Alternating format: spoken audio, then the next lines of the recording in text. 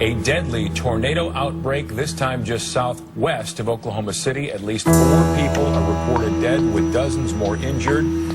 Search crews are combing through the damage tonight looking for survivors. Emergency management